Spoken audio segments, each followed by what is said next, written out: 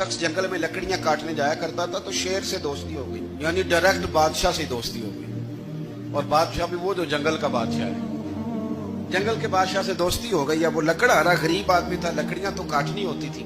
जंगल का बादशाह ऐलान कर देता जानवरों को कि मेरा दोस्त आया, एक तो कोई तंग ना करे और दूसरा ये कि सब लोग मिलकर इसके साथ ताउन करें। कभी कोई जानवर लकड़ियां इकट्ठी कराता, कभी कोई अपनी पुश्त पे गधा, बैल, घोड़ा, खच्चर रख के वो लकड़ियां बाहर छोड़ने आता। अब उसकी बड़ी धूम मच गई जंगल के अंदर। लकड़हारा मजदूर था, वो बादशाह से दोस्ती करके बादशाह ही बन गया।